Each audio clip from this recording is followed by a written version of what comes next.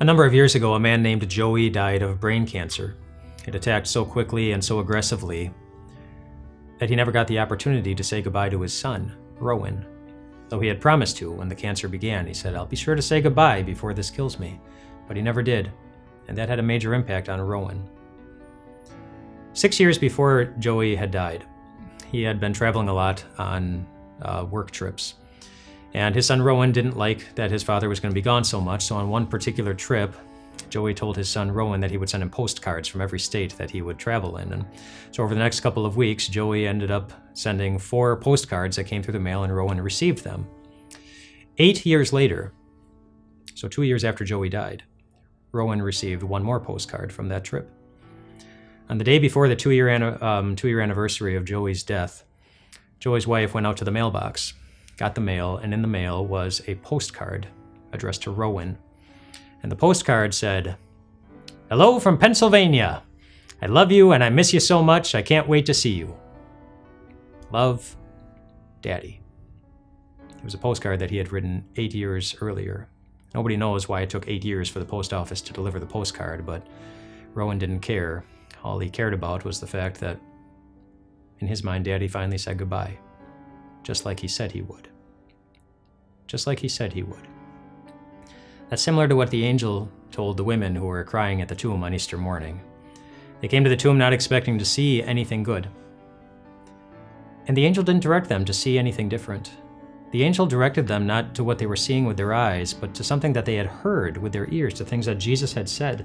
The angel said this to them. He said, "Remember what he told you while he was still in Galilee."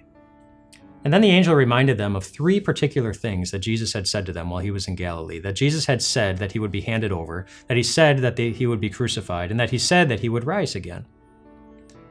And I'm sure there was a time where they didn't think that any of these things would ever need to happen, but I want you to think about what would have happened as they would have gone through that 3-part checklist and evaluated just what had happened with them. Jesus said that he was going to be handed over, and they saw that happen.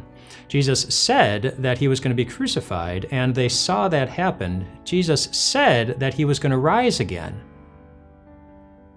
And then they began to wonder if hearts that one moment had been so filled with grief could in the next moment be so full of something entirely different. And that's when the women went off to tell the disciples that Jesus had risen, but not because they saw him. Nowhere in Luke 24 do the women ever see Jesus with their eyes.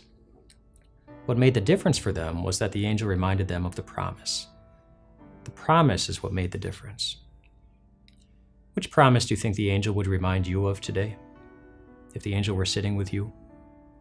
Didn't he say that your sins are forgiven?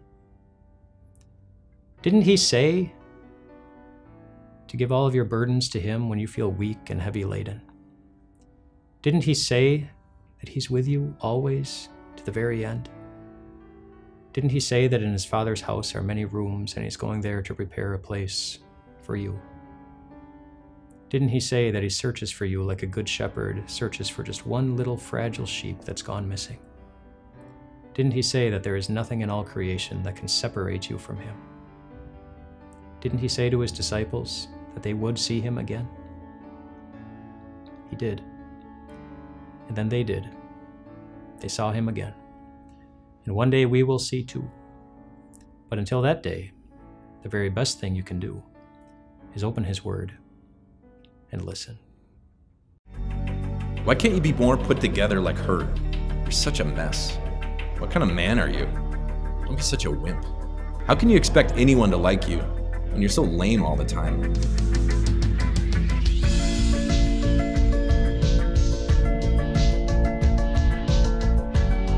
I wrote this book, Change of Story, because we all tell ourselves stories, and some of those stories take us to somewhere good, and some of those stories spiral down into more and more temptations, into dark places. It's at those moments, like Asaph or David, when we have to hear God's story for us. And so in this book, you'll see what God's story is for you and how God can connect you to that story so that you can change where you're going and start leading a life closer to God.